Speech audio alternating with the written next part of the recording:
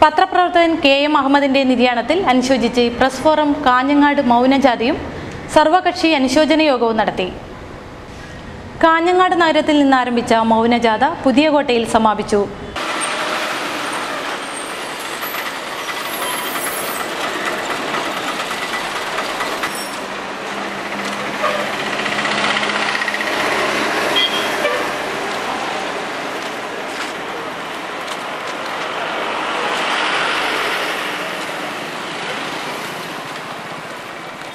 തുടർന്ന് നടന്ന സർവകക്ഷി അനുശോചന യോഗത്തിൽ Pallippuram Balan MLA, Madikkai Kammaran, advocate Purushothaman, NE Khalid, Prabhakaran Vazhunnoradi, Basheer Vallikkoth എന്നിവർ സംസാരിച്ചു. എന്ന് വേണമെങ്കിൽ പറയാം. ശ്രീ KM മുഹമ്മദ് മാഷ് നമ്മെ എല്ലാവരെയും ദുഃഖത്തിലാഴ്ത്തിക്കൊണ്ട് നമ്മോട് യാത്ര പറഞ്ഞിരിക്കുകയാണ്. 62 വയസ്സേ അദ്ദേഹത്തിനുള്ളൂ. ഇത്ര പെട്ടെന്ന് നമ്മിൽ നിന്ന് അകന്നു പോകും എന്ന് നമ്മളാരും പ്രതീക്ഷിച്ചതല്ല.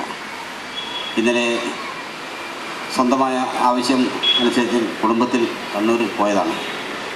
തിരിച്ച് വൈകുന്നേരം 7 മണിക്ക് എത്തിയപ്പോഴാണ് കാസർഗോഡ് നിന്ന് ഞങ്ങളുടെ ജനകീയത്തിൻ്റെ പ്രതിനിധി ഇങ്ങനൊരു വിവരമുണ്ട് എന്ന് വിളിച്ചു പറഞ്ഞ് അങ്ങനെയാണ് ആ ദുഃഖകരമായ വാർത്ത ഞാൻ ശ്രവിച്ചത്.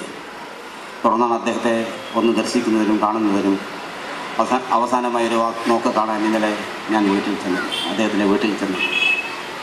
നമ്മളാരും അങ്ങനെ പ്രതീക്ഷിച്ചില്ല. മാധ്യമരംഗത്ത് അദ്ദേഹത്തിൻ്റെതായ വ്യക്തിമുദ്രയില്ല.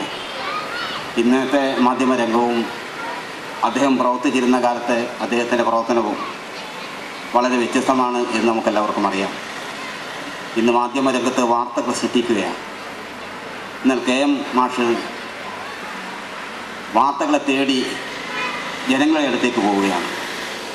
ജനങ്ങളുടെ പ്രശ്നങ്ങളും നാടിൻ്റെ പ്രശ്നങ്ങളും തൊട്ടറിഞ്ഞ് അത് ജനഹൃദയങ്ങളിലേക്ക് എത്തിക്കാൻ അതോടൊപ്പം അധിക ശ്രദ്ധയിൽ കൊണ്ടുവരുന്നതിന് വേണ്ടി ആയിരുന്നു അദ്ദേഹത്തിൻ്റെ മാധ്യമ പ്രവർത്തനം എന്ന് പറയുന്നത്.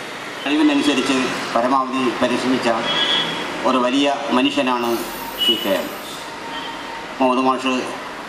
അതുകൊണ്ട് തന്നെ എല്ലാവർക്കും ആദരണീയനും എല്ലാവർക്കും പ്രിയങ്കരനും എല്ലാവരുടെയും നേതാവും സഹോദരനും സഹായിയും സഹപ്രവർത്തകനും എല്ലാമായി അദ്ദേഹം അറിയപ്പെട്ടു.